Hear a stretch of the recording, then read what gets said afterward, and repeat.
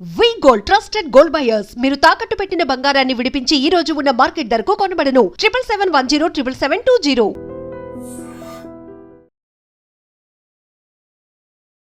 So జనరల్గా walking గురించి మనందరికీ చాలా డౌట్స్ ఉంటాయి. అంటే డయాబెటీస్ ఉన్న వాళ్ళు ఎలాంటి వాకింగ్ చేయాలి, బీపీ ఉన్న వాళ్ళు వాకింగ్ ఎలా చేయాలి, బ్రిస్క్ వాకింగ్, ఇలా చెమటలు పట్టేంత వరకు వాకింగ్, నెమ్మదిగా వాకింగ్, ఇలా చాలా టైప్స్ ఉంటాయి కదా. ఏ డిసీజ్ ఉన్న వాళ్ళు ఎలా వాకింగ్ చేయాలి, నార్మల్గా వెయిట్ తగ్గాలంటే ఎలా వాకింగ్ చేయాలి, పూర్తి వివరాలు తెలుసుకుందాం. భానుపూర్ణిమ గారు ఉన్నారు, ప్రముఖ ఫిజియోథెరపిస్ట్. మ్యామ్ నమస్తే. అంటే వాకింగ్ గురించి అందరికి చాలా డౌట్స్ ఉంటాయి. అంటే షుగర్ ఉన్న వాళ్ళు వాకింగ్ అనేది ఎట్లా చేయాలి? జనరల్ గా షుగర్ ఉన్న వాళ్ళకి వాకింగ్ కంపల్సరీ, ఎందుకంటే వాకింగ్ అనేది మొత్తం హోల్ బాడీకి ఎక్సర్సైజ్ అవుతుంది. అది ఏంటంటే షుగర్ని రెగ్యులేట్ చేయడానికి హెల్ప్ చేస్తుంది. సో వాకింగ్ చేయాలి అంటే అంతా రెగ్యులేట్ అవ్వడానికి మనం చేసుకోవాలి అంటే కొంత అంటే రెగ్యులర్గా మనం చేసే వాకింగ్ అంటే మనము అంటే ఏదైనా పని మీద నడుచుకుంటూ వెళ్ళడము అనేది కాకుండా కొంచెం మన బాడీ అంతా కదిలేటట్టు, సో షోల్డర్స్ అంటే ఆర్మ్ మూవ్మెంట్ ఉండేటట్టు, లెగ్స్ కూడా కొంచెం ఫాస్ట్ గా ఉండేటట్టు వాకింగ్ కరెక్ట్ చేసుకుంటే మనకి అది కరెక్ట్ గా ఉంటుంది. షుగర్ ఉన్న వాళ్ళు సో ఎంత టైమ్ ఆఫ్ వాకింగ్ చేయాలి, ఎట్లా స్టార్ట్ చేయాలి అసలు వాళ్ళు వాకింగ్ స్టార్ట్ చేసే ముందు కొంత వార్మప్ అనేది అంటే చాలా ఇంపార్టెంట్ అండి. Any kind of exercise. ఇప్పుడు వాకింగ్ నార్మల్ గా మనం చేస్తాం కదా, సో అలాగా అంటే స్పెసిఫిక్ గా మనం పార్క్ లో వాక్ చేయడానికి వెళ్లే ముందు చిన్నగా కొంచెం స్ట్రెచ్చింగ్ చేసుకోవడము, ఇలా కొంచెం చిన్న వార్మప్స్ అవి చేసుకొని తర్వాత యాక్చువల్ వాకింగ్ లోకి వెళ్తే ఇంజరీస్ అవి అవ్వకుండా ఉంటాయి. అంటే పట్టేయడము, లేకపోతే వాకింగ్ చేసేటప్పుడు మనకి కండరాలు పట్టేసాయి, ఇలాంటి కంప్లైంట్స్ అనేవి లేకుండా మనం చూసుకోవచ్చు. ఓకే, ఇప్పుడు ఒకసారి చూపించండి. షుగర్ ఉన్న పేషెంట్స్ ఇది ఇలాంటి రోడ్ లో వాక్ చేయాలంటే ఎట్లా వాక్ చేయాలి? ఇలాంటి రోడ్లో కంటే కూడా నేను అంటే న్యాచురల్ సర్ఫేస్ ఉన్నవి అండ్ రోడ్ అయినా పర్వాలేదు, కానీ సర్ఫేస్ అనేది ఈవెన్గా ఉండేటట్టు చేసుకోవడం బెటర్. అండ్ షుగర్ ఉన్న వాళ్ళు ప్రాపర్ షూ వేసుకొని చేయమని నేను అడ్వైజ్ ఇస్తాను. ఎందుకంటే వాళ్ళకి కొంచెం ఒకవేళ న్యూరోపతీస్ లాంటివి ఏమైనా ఉంటే కొంచెం పెయిన్ సెన్సిటివిటీ అనేది తగ్గుతుంది. కాబట్టి చిన్న ముళ్ళులు, రాళ్ళు ఇట్లాంటివి గుచ్చుకునే అవకాశం ఉంటుంది. సో అలా గుచ్చుకున్నవి వాళ్ళకి కొంచెం కాంప్లికేట్ అయ్యే అవకాశం ఉంటుంది. సో అలా లేకుండా ప్రాపర్గా షూ వేసుకొని డయాబెటీస్ ఉన్న వాళ్ళు వాక్ చేయమని నేను చెప్తాను. ఒకసారి చూపించండి ఎట్లా వాక్ చేయాలి వాళ్ళు అనేది. ఎనీ కైండ్ ఆఫ్ వాకింగ్ అండి, వాక్ చేసేటప్పుడు సో మన పోస్చర్ అనేది చాలా ఇంపార్టెంట్. అండ్ ఎంత లెంత్లో మనము కాలు వేయాలి అనేది కూడా చాలా ఇంపార్టెంట్. సో ఎంత లెంత్లో వేయాలి అంటే మన కాలు ఎంతైతే ఉందో అంత డిస్టెన్స్లో పెట్టుకుంటే మనకి ఎక్కువ టైము మనం వాక్ చేయగలుగుతాం. సో చూడండి డిస్టెన్స్, ఇప్పుడు కొంతమంది చాలా దూరంగా అడుగులేస్తూ నడుస్తారు. అలా కాకుండా సో మన కాలు ఎంతైతే ఉందో అంత లెంత్, సో ఈ లెంత్లో డిస్టెన్స్ అనేది పెట్టుకుంటే వాకింగ్ అనేది కరెక్ట్గా వస్తుంది.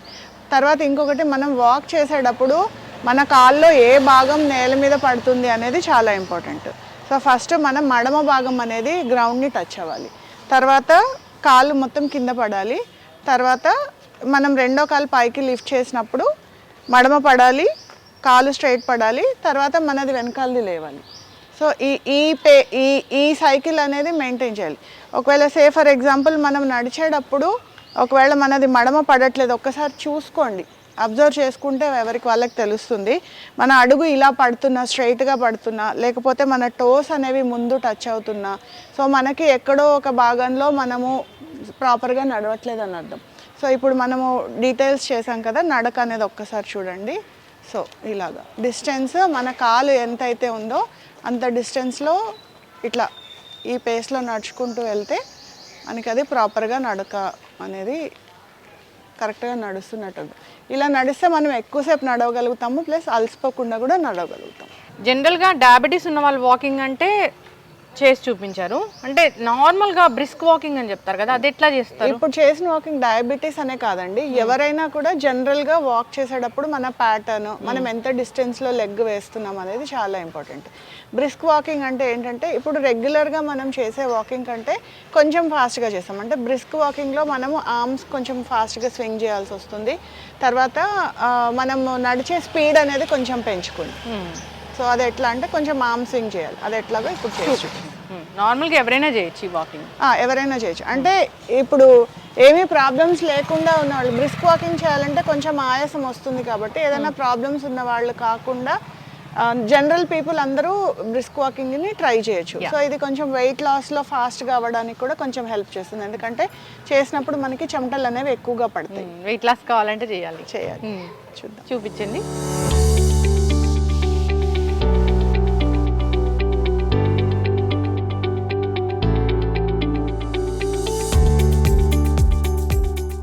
సో జనరల్గా డయాబెటీస్ వాకింగ్ చెప్పారు, బ్రిస్క్ వాకింగ్ చెప్పారు. అంటే బ్రిస్క్ వాకింగ్ అంటే వెయిట్ లాస్ అవుతారు దాంతోనే.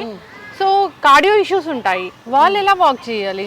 సో కార్డియో ఇష్యూస్ ఉన్న వాళ్ళు ఇప్పుడు ముందు మనము జనరల్ వాకింగ్లో చెప్పిన జాగ్రత్తలన్నీ తీసుకోవాలంటే డిస్టెన్స్ మెయింటైన్ చేయడము అదంతా. కాకపోతే కార్డియో ఇష్యూస్ ఉన్న వాళ్ళు చెమటలు పట్టకుండా వాక్ చేస్తే బెటర్. అంటే సడన్గా ఒకవేళ కొలాప్స్ అవ్వడము ఇలాంటివి జరగకుండా చూసుకోవచ్చు. రెగ్యులర్గా వాక్ చేసే అంటే ఎంత పేస్లో మీరు కంఫర్టబుల్ ఉన్నారో ఆ పేస్లో నడుచుకుంటూ వెళ్తాం బెటర్. ఇప్పుడు జనరల్గా వాకింగ్ అనగానే నార్మల్గా మనం వేసే నడిచే స్పీడ్కి కార్డియాక్ ఇష్యూస్ ఉన్న వాళ్ళు కొంచెం స్లో డౌన్ అయితే బెటర్. అంటే వాకింగ్ అనగానే కానీ మనం ఒక జోష్ వస్తుంది, మనం జోష్లో ఫాస్ట్గా నడుచుకుంటూ వెళ్ళిపోతాం. సో ఒకటి గుర్తుపెట్టుకోవాల్సింది ఏంటంటే షార్ట్ ఆఫ్ బ్రెత్ అవ్వకూడదు. సో అంటే మనం నడిచేటప్పుడు మనకి ఊపిరి అందకుండా ఉండేటట్టుగా నడవకూడదు. సో రెగ్యులర్ పీపుల్కి అయితే కొంచెం షార్ట్ ఆఫ్ బ్రెత్ అవుతారు, పర్వాలేదు. బట్ ఆ పేస్ రాకుండా చూసుకొని కొంచెం తక్కువ దీనిలో చేసుకుంటే కార్డియాక్ పేషెంట్స్కి ఎలాంటి ప్రాబ్లం లేకుండా ఉంటుంది. ఓకే, అంటే కూల్గా నడుచుకుంటే వెళ్ళాలి. కూల్గా అంటే మరీ నెమ్మదిగా పెళ్లి కూతురు నడకలాగా కాదు. సో రెగ్యులర్ వాకింగే, కాకపోతే మనకి షార్ట్ ఆఫ్ బ్రెత్ వాళ్ళకి ఎంత level comfortable, so short of breath రాకుండా చూసుకోవాలి. ఓకే, ఎస్, చక్కగా చెప్పారు. జనరల్గా ఎక్కడైనా కానీ వాకింగ్ చేసేటప్పుడు వాకింగ్ షూ వేసుకుంటేనే కంఫర్ట్గా ఉంటాము. అవును. సో ఇంకా వాకింగ్ జాగింగ్ ఈ రెండింటి మధ్య డిఫరెన్స్ ఏంటి అసలు? వాకింగ్, జాగింగ్, రన్నింగ్, సో ఈ మూడు దీంట్లో ఉంటాయి. సో వాకింగ్ అంటే మనం తెలుసు, సో మనం రెగ్యులర్గా వాక్ చేస్తాం. సో జాగింగ్ అంటే ఏంటంటే మొత్తం అంటే ఎంటైర్ బాడీని మనము పైకి చేస్తాం. సో ఎగ్జాంపుల్ జాగింగ్ అంటే ఇట్లా ఉంటుంది. సో ఇది జాగింగ్ అంటే మనం పరిగెత్తడం. సో ఇప్పుడు ఎవరైనా ఫిట్నెస్ కోసము జాగింగ్ ఇది చెయ్యాలి అనుకున్నప్పుడు జాగింగ్ కంటే కూడా నేను రన్నింగ్ చేయమని అడ్వైస్ ఇస్తాను. ఎందుకంటే జాగింగ్ చేసేటప్పుడు మన నీ జాయింట్ ఎంత మనము జాగ్ చేసినప్పుడు మన వెయిట్ అంతా చూసాం కదా ఇట్లా అన్నప్పుడు గ్రౌండ్ నుంచి వచ్చిన ఇంపాక్ట్ డైరెక్ట్గా మన నీ జాయింట్ మీద పడుతుంది. సో నీ జాయింట్ లోపల మెనిస్కై ఉంటాయి. సో మెనిస్కస్ అది ఇంజ్యూర్ అవ్వడానికి ఎక్కువ, అంటే మెనిస్కస్ అనేది షాక్ అబ్జార్బర్ అనమాట. ఆ షాక్ అబ్జార్బర్ దెబ్బతినే అవకాశం ఉంటుంది కాబట్టి అది మోకాళ్ళు అరిగిపోవడానికి తొందరగా అరగడానికి అవకాశం ఉంటుంది. సో ఎలా అంటే చిన్నప్పటి నుంచి అలవాటు, అంటే యాజ్ ఎ స్పోర్ట్స్ దీంట్లో అంటే చాలా హెవీగా వర్కౌట్ చేసేవాళ్ళు అలాంటి వాళ్ళకైతే జాగింగ్ ఓకే. బట్ మనము ఫ్రెష్గా స్టార్ట్ చేస్తున్నాము, లేకపోతే మన ఎనీ ప్రాబ్లమ్స్ రాకుండా మనము వర్కౌట్కి వెళ్తున్నప్పుడు ఐదర్ మనం బ్రిస్క్ వాక్ అన్నా చేసుకోవచ్చు, లేదా రన్నింగ్ చేయండి, జాగింగ్ మాత్రం అవాయిడ్ చేయండి. Okay, yes. మనము మంచి ఒక పార్క్ లాగా ఉంటే అది మనకి మంచి ఎయిర్ వస్తుంది, సో ఎండ వస్తుంది, డి విటమిన్ వస్తుంది, అన్ని రకాలుగా బాగుంటుంది ఫ్రెష్ ఎయిర్తో పాటు. సో ఈ విధంగా మీరు చెప్పిన విధంగా డయాబెటీస్ ఉన్న వాళ్ళు ఒకలాంటి వాకింగ్, ఇంకా బ్రిస్క్ వాకింగ్ వెయిట్ లాస్ అవ్వడానికి ఇలాగా. అంతేకాదు వాకింగ్, జాగింగ్, రన్నింగ్ డిఫరెన్స్, ఇంకా కార్డియో ఇష్యూస్ ఉన్న వాళ్ళు ఎలా వాక్ చేయాలి చాలా చక్కగా చెప్పారు. అందరూ ఫాలో అవ్వాలని కోరుకుందాం మ్యామ్. చాలా చక్కటి ఇన్ఫర్మేషన్. జనరల్గా డౌట్స్ ఉంటాయి అసలు వాకింగ్ అనేది ఎట్లా చేయాలి, మాకు ఈ డిసీజ్ ఉంది మేము ఎలా చేయాలని. సో నేను అడగాలనుకున్నానంటే ఓన్లీ పొట్ట తగ్గాలి అన్నప్పుడు వాకింగ్ ఎట్లా చేయాలి అసలు? వాకింగ్ పొట్ట తగ్గాలి అన్నప్పుడు వాకింగ్ ఒక్కదాంతోటే సరిపోదండి. మనం తీసుకునే డైట్ తర్వాత పొట్ట తగ్గడానికి స్పెసిఫిక్ గా అబ్డామినల్ ఎక్సర్సైజెస్ ఉంటాయి. సో మనం పార్క్ లో చాలా చోట్ల చూస్తూనే ఉంటాము, జిమ్ ఎక్విప్మెంట్ అది పెట్టుంటుంది ఓపెన్ గా చేసేటప్పుడు. సో అట్లాగా కొన్ని క్రంచెస్ చేసుకోవడం కానీ, ప్లాంక్స్ చేసుకోవడం కానీ, ఇట్లాంటివి స్పెసిఫిక్ గా అబ్డామిన్ మీద ప్రెషర్ పెట్టే ఎక్సర్సైజెస్ చేస్తే పొట్ట ఈజీగా తగ్గించుకోవచ్చు. చాలా చక్కటి ఇన్ఫర్మేషన్ అండి. అందరూ ఫాలో అవ్వాలని కోరుకున్నాము. వాకింగ్ అనేది చాలా టైప్స్ ఆఫ్ వాకింగ్ అనేది ఉంది. డిఫరెంట్ పీపుల్ ఉంటారు, డిఫరెంట్ టైప్ ఆఫ్ వాకింగ్ ఉంటుంది. అందరికీ ఒకటే లాంటి వాకింగ్ అనేది కూడా సరిపోదు. ఫాలో అవ్వాలని కోరుకున్నాం. కార్డియో ఇష్యూస్ ఉన్న వాళ్ళు నిజంగానే మీరు అన్నట్లు బ్రిస్క్ వాక్ చేస్తే వాళ్ళకి ఆయాసం వస్తుంది, అట్లా చేయకూడదు. తెలియక చాలామంది ఇప్పటివరకు చాలామంది అలాగే వాకింగ్ ఎలా చేయాలో తెలియక అలా చేయడం కూడా జరిగింది. సో ఈ ఇష్యూస్ రావడం కూడా జరిగింది. ఫాలో అవ్వాలని కోరుకున్నామండి. అయితే వాకింగ్కి పర్టికులర్ టైం అంటే ఉంటుందా? అవునండి. మార్నింగ్ అంటే మీరు విన్నారు కదా D vitamin. So D vitamin మన బాడీకి అందాలి అంటే అంటే ఈ మార్నింగ్ 6:30 నుంచి 7:30 ఆ టైంలో సూర్యకిరణాలు అప్పుడే మనకి లెంత్ ఉంటుంది. సో ఆ టైంలో అయితే మన బాడీ సూర్యకిరణాలను బాగా అబ్జార్బ్ చేసుకొని అది డి విటమిన్ లాగా కన్వర్ట్ అవుతుంది. సో అలాంటి టైంలో అయితే చాలా రిజల్ట్ ఇంకా బాగుంటుంది. సో జనరల్గా మోకాలు నొప్పులు ఇబ్బంది పెడుతూ ఉంటాయి కదా, అయితే మోకాలు నొప్పుల సమస్య ఉన్న వాళ్ళు మెట్లు ఎక్కాలంటే ఎలా ఎక్కాలి? సో అంటే జనరల్గా కొంచెం అడుగు తీసి అడిగేస్తేనే మోకాలు నొప్పులు వస్తుంటాయి కదా, దానికి మనం ఫాలో అవ్వాల్సిన టిప్స్ ఏంటి తెలుసుకుందాం. మనతో పాటు ప్రముఖ ఫిజియోథెరపిస్ట్ భానుపూర్ణిమ గారు ఉన్నారు. మ్యామ్ నమస్తే అండి. నమస్తే అండి. అంటే అసలు మోకాలు నొప్పులు ఉన్నాయంటే జనరల్గా ఒక అడుగు వేయాలంటే కూడా అంటే క్రానిక్ మోకాలు నొప్పులు ఉంటే అది ఆ పెయిన్ భరించలేనిదిగా ఉంటుంది. ఫస్ట్ ఫ్లోర్ వరకు వెళ్ళాలి అన్నప్పుడు అసలు మెట్లు ఎట్లా ఎక్కాలి చూద్దామండి. చిన్న టిప్స్ ఫాలో అయితే కొంచెం ఈజీ అవుతుంది. అంటే అస్సలు నొప్పి లేకుండా ఉండదని నేను చెప్పను, బట్ కొంచెం ఈజీగా ఎక్కొచ్చు. ఫస్ట్ థింగ్ మెట్లు ఎక్కాలి కంపల్సరీ అన్నప్పుడు నీ క్యాప్ వేసుకోవడం. సో నీ క్యాప్ వేసుకోవడం ద్వారా కొంచెం సపోర్ట్ ఉంటుంది. సో దాంతో కొంచెం ఈజీ అవుతుంది మెట్లు ఎక్కడం. సో అలాంటప్పుడు ఒక్కొక్కసారి మన దగ్గర నీ క్యాప్ ఉండకపోవచ్చు, మనం మర్చిపోయి వెళ్ళిపోవచ్చు. లేదు నీ క్యాప్ వేసుకున్నా కూడా మనల్ని నొప్పి ఇబ్బంది పెడుతూ ఉండొచ్చు.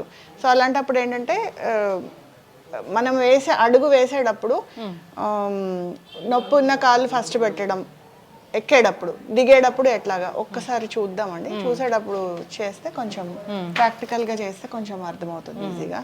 సే ఫర్ ఎగ్జాంపుల్ ఇప్పుడు మనం మెట్లు ఎక్కాలి, నాకు లెఫ్ట్ మోకాలు బాగా నొప్పిగా ఉంది. సో నేను లెఫ్ట్ మోకాలు ముందు ఎక్కాను అనుకోండి, ఇలా పెట్టినప్పుడు బరువు అంతా మోకాలు మీద పడుతుంది. సో నా బాడీ వెయిట్ అంతా దీని మీద పడుతుంది కాబట్టి సో దీని మీద నాకు ప్రెషర్ పడి నాకు నొప్పి ఎక్కువ అవుతుంది. సో అందుకని నేనేం చేస్తానంటే ఫస్ట్ కుడికాలు పెడతాను. కుడికాలు పెట్టి లెఫ్ట్ మోకాల్ని పైకి తెచ్చుకుంటాను. అప్పుడు దీని మీద అస్సలు ప్రెషర్ అనేది పడదు. సో ఈజీగానే. అలాగే మెట్లు ఎక్కేటప్పుడు మనం యూజువల్లీ ఇలా ఎక్కుతాం కదా, అలా కాకుండా సో లెఫ్ట్ మోకాల మీద బరువు పడకుండా రైట్ లెగ్ పెట్టి లెఫ్ట్ లెగ్ పక్కకు తెచ్చుకోవడం. సో ఇలా ఎక్కితే ఏంటంటే లెఫ్ట్ మోకాల మీద నేను ప్రెషర్ అనేది కంప్లీట్ గా అవాయిడ్ చేస్తాను. సో నొప్పి లేకుండా హ్యాపీగా ఎక్కేయచ్చు. రైట్ ఉంటే లెఫ్ట్ ఒకవేళ రైట్ సైడ్ పైన ఉంటే లెఫ్ట్ లెగ్ ముందేసి రైట్ లెగ్ ని పక్కకు తెచ్చుకోండి. ఓకే. ఇప్పుడు కిచెన్ లో నిలబడి వర్క్ చేయాలి, కిచెన్ లో నిలబడి మనం కుక్ చేయాలి అన్నప్పుడు మోకాలు నొప్పులు ఉన్న వాళ్ళు అంటే ఎట్లా వాళ్ళు నిలబడ్డం? దీనికి కూడా చాలా ఈజీ టిప్ అండి. కిచెన్ లో వర్క్ చేసే వాళ్ళే కదా, సే ఫర్ ఎగ్జాంపుల్ ఇప్పుడు బయట ఫార్మసీస్లో లేకపోతే షాప్స్లో వర్క్ చేస్తూ ఉంటారు, సేల్స్ పీపుల్ ఉంటారు, వాళ్ళు కంటిన్యూస్గా నిలబడాల్సి ఉంటుంది. అంటే ఇర్రెస్పెక్టివ్ ఆఫ్ మోకాలు నొప్పులు ఉన్నా లేకపోయినా సరే రాకుండా అవాయిడ్ చేయడానికైనా ఈ చిన్న టిప్ అండి. సో ఒక చిన్న స్టూల్ లాంటిది, ఇప్పుడు మెట్ ఎంత హైట్ అయితే ఉందో అంత హైట్ లో ఒక చిన్న స్టూల్ లాంటిది పెట్టుకొని సో వర్క్ చేసేటప్పుడు కిచెన్ లో కూడా అంతే. సో కిచెన్ లో కూడా వర్క్ చేసేటప్పుడు చిన్న స్టూల్ లాంటిది పెట్టుకొని ఇప్పుడు ఏ కాలు అయితే నొప్పి ఉందో ఆ కాలు పైన పెట్టుకోవడం. సో పైన పెట్టుకొని ప్రెషర్ అంతా వెనకాల కాలు మీద ఉంటుంది. ఓకే. సో మనం ఈజీగా కుక్ చేసుకోవచ్చు. ఇదే స్టూల్ అనుకోవాలి, ఇదే స్టూల్ అనుకొని సో దీని మీద జస్ట్ చిన్న హైట్ పెట్టుకుంటే దానివల్ల మనకి ఈజీ అవుతుంది, మన పోస్చర్ కరెక్ట్ గా ఉంటుంది. సో అంటే మనం ఇలా వంగి చేయడమో లేకపోతే మెడ ఇట్లా ఉంచి చేయడమో ఇట్లాంటి పోస్చర్ ని అవాయిడ్ చేసుకోవచ్చు. బ్యాక్ స్ట్రైట్ గా పెట్టుకొని ఇలాగా పెట్టుకొని హ్యాపీగా ఇలా కుక్ చేసేసుకోవచ్చు. ఓకే. ప్లస్ ఇంకొకటి ఇది ఇర్రెస్పెక్టివ్ ఆఫ్ నొప్పితో సంబంధం లేకుండా మార్చుకుంటుండొచ్చు ఎవ్రీ 15 minutes. నొప్పి ఉన్నా లేకపోయినా నొప్పి ఉన్నా లేకపోయినా. సో దాంతో ఏంటంటే లాంగ్ టర్మ్ ప్రొఫెషన్లో లాంగ్ టర్మ్ నించోవాల్సి వచ్చి చేయాల్సిన వాళ్ళు ఈ టిప్ కనుక ఫాలో అయితే సో వాళ్ళ మోకాల హెల్త్ అనేది కాపాడుకోవచ్చు. ఓకే, మోకాల నొప్పులు కూడా రాకుండా చేసుకోవచ్చు. నొప్పులు రాకుండా చేసుకోవచ్చు. ఆల్టర్నేటివ్ గా అంటే ఇప్పుడు 2 కాళ్ళ మీద ప్రెషర్ పడి కంటే ఒక్కొక్క కాళ్ళ మీద మనం ప్రెషర్ అవాయిడ్ చేస్తున్నాం. సో ఈ టిప్ ఫాలో అవటం వల్ల మన వారికోజ్ వెయిన్స్ కూడా రాకుండా చూసుకోవచ్చు. సో ఎస్, వారికోజ్ వెయిన్స్ అంటే బాగా నిలబడి చాలాసేపు నిలబడితే కూడా వారికోజ్ వెయిన్స్ అనేవి వస్తాయి. సో కంటిన్యూస్ స్టాండింగ్ ప్రొఫెషన్స్ లో ఉండే వాళ్ళకి అండ్ చాలా మంది హౌస్ వైఫ్స్ లో కూడా మనం చూస్తాం. సో ఈ వారికోజ్ వెయిన్స్ అనేవి. సో వంట చేసుకునేటప్పుడు చాలా మంచి క్వశ్చన్ ఉంటుంది. వంట చేసుకునేటప్పుడు ఎస్పెషల్లీ లేడీస్కి చాలా టైం అంతా వాళ్ళ మ్యాక్సిమం టైం కిచెన్లోనే గడిచిపోతుంది. సో అది ఇంకా కంటిన్యూస్గా వాళ్ళు నిలబడి అన్ని పనులు చేసుకోవాల్సి వస్తుంది. సో అలా కాకుండా కొంచెం కటింగ్ చేసుకుని ఏ పని చేసినా కూడా కాన్స్టెంట్గా కాకుండా ఇలా కొంచెం ఆల్టర్నేటివ్గా చిన్న హైట్ స్టూల్ పెట్టుకొని చేసుకుంటుంటే చాలా మటుకు ప్రాబ్లమ్స్ని మనం అవాయిడ్ చేయొచ్చు. చాలా చక్కగా చెప్పారు. మోకాల నొప్పులు ఇబ్బంది పెడుతూ ఉంటుంది. మోకాల నొప్పులు ఉన్న వాళ్ళు ఇంత మెట్లు ఎక్కాలంటే కూడా అది నిజంగా కష్టతరమే. ఫస్ట్ ఫ్లోర్ ఉంది అన్నప్పుడు అసలు లిఫ్ట్లు ఎక్కడ ఉంటాయో ఫస్ట్ ఫ్లోర్ వరకు, అలాంటి వాళ్ళు ఎట్లా మెట్లు ఎక్కాలి అనేది చాలా చక్కగా చూపించారు.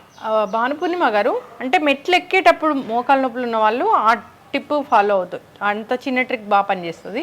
మరి దిగాలన్నప్పుడు దానికి రివర్స్ లో ఫాలో అవ్వాలండి. ఇప్పుడు మనం మెట్ల మీద ఉన్నాం కదా, ఇందాక తీసుకున్న ఎగ్జాంపులే తీసుకున్నాము. నా లెఫ్ట్ మోకాలు బాగా నొప్పిగా ఉంది. సరే, నేను రైట్ కాలు ముందు పెట్టాను అనుకోండి, ఇప్పుడు నా వెయిట్ అంతా వెనకాల లెఫ్ట్ కాలు మీద ఉండిపోయింది. అదేంటంటే ప్రెషర్ అంతా పడి దీని మీద సివియర్ గా పెయిన్ వస్తుంది. సో అందుకని ఇప్పుడు నేనేం చేస్తున్నానంటే నా లెఫ్ట్ కాలే కింద పెడుతున్నాను. ఓకే, అప్పుడు నా వెయిట్ అంతా రైట్ కాల్ మీద ఉంది. సో ఇప్పుడు నేను దీన్ని పక్కకు తెచ్చుకున్నాను రివర్స్ లో. సో నొప్పి ఉన్న కాలు ఫస్ట్ కింద పెట్టి నొప్పి లేని కాలుని వెనకాల తెచ్చుకోండి. సో కంటిన్యూస్ గా ఇట్లా మెట్లు మనం దిగామంటే పెయిన్ ఉన్న కాలు మీద ప్రెషర్ ఎక్కువ పడుతుంది. కాబట్టి సో ఎక్కేటప్పుడు ఏ కాలు మీద పెయిన్ ఉందో ఆ కాలు ముందు పెట్టాలి. దిగేటప్పుడు ఏ కాలు మీద ఏ కాలు అయితే పెయిన్ ఉందో అదే కాలు ముందు పెట్టాలి. పెట్టి దాని తర్వాత కొంచెం మనం ఇలా ఉండి తర్వాత దిగడం అనేది స్టార్ట్ చేయాలి. ఫాస్ట్గా వెళ్ళకూడదు, ఇట్లాగా ఫాస్ట్గా వెళ్ళకూడదు. ఫాస్ట్గా వెళ్తే ప్రెషర్ పడుతుంది. ఫాస్ట్గా వెళ్ళాలంటే పక్కకి ఇది.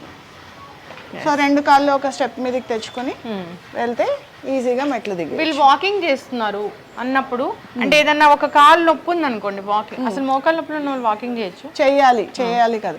సో మీరు చాలా కరెక్ట్ క్వశ్చన్ అడిగారు. వాకింగ్ చేసేటప్పుడు మోకాలు నొప్పి ఉన్న వాళ్ళు ఏంటంటే మోకాల మీద ప్రతి అడుగుతోని పాపం వాళ్ళకి చాలా నొప్పిగా ఉంటుంది. సో దాంతో ఏం చేస్తారంటే మోకాలు చాలా మంది మీరు ఇది చేస్తే వాళ్ళు ఇలా నడుస్తారు. ఎటు మోకాలు నొప్పి ఉందో ఇంకొక దాని మీద వేస్తారు. సో వాడ్లింగ్ గేట్ అంటాము. సో అంటే మోకాలు అసలు వంగదు వాళ్ళకి నడిచేటప్పుడు. సో వంగితే పెయిన్ వస్తుంది.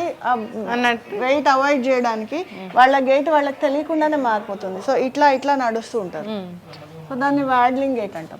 సో ఇప్పుడు ఆ గేట్ ని కరెక్ట్ చేసుకుంటాం. అంటే ఇప్పుడు స్టార్టింగ్ స్టేజ్ లో కనుక వాళ్ళు మోకాలు నొప్పులు ఉన్నాయని గ్రహించి సో మనం కంటిన్యూ అవ్వాలి అంటే సో ఫస్ట్ థింగ్ ఒక స్ట్రైట్ లైన్ అంటే ప్రాక్టీస్ చేయాలి. ఆల్రెడీ ఒకవేళ గేట్ అలవాటు అయిపోయి ఉన్నా దాన్ని ఎలా కరెక్ట్ చేసుకోవాలి అంటే ఇప్పుడు ఇక్కడ ఇలా లైన్ ఉంది కదండి.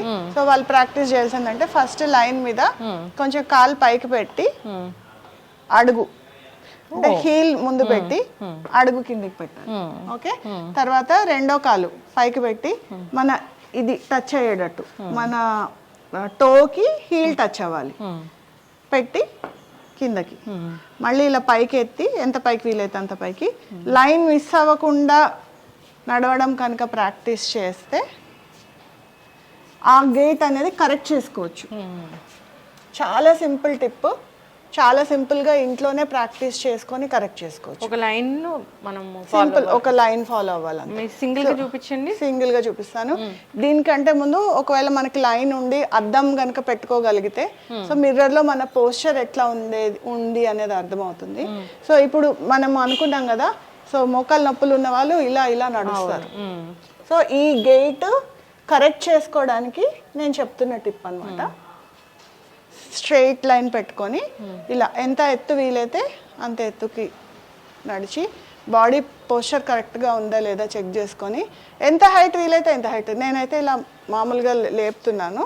సో ఎంత లేపగలిగితే అంత లేపి అద్దం ముందు లైన్ మీద ఇలా ప్రాక్టీస్ చేస్తే ఆటోమేటిక్గా ఆ గేట్ అనేది కరెక్ట్ అవుతుంది. సో రెగ్యులర్గా రోజు కనీసము ఒక 10 నిమిషాలు మార్నింగ్, 10 నిమిషాలు ఈవినింగ్ కాన్షియస్ ఎఫర్ట్ పెట్టి ప్రాక్టీస్ చేస్తే ఈజీగా దాన్ని కరెక్ట్ చేసుకోవచ్చు. చాలా చక్కగా చెప్పారు భానుపూర్ణిమ గారు. అంటే వాకింగ్ మోకాళ్ళ నొప్పులు ఉన్న వాళ్ళు ఇంకా వాక్ చేస్తే ఇంకా నొప్పులు పెరుగుతాయి అంటారు, కానీ మోకాళ్ళ నొప్పులు ఉన్న వాళ్ళు ఖచ్చితంగా వాకింగ్ అనేది చేయాల్సిందే.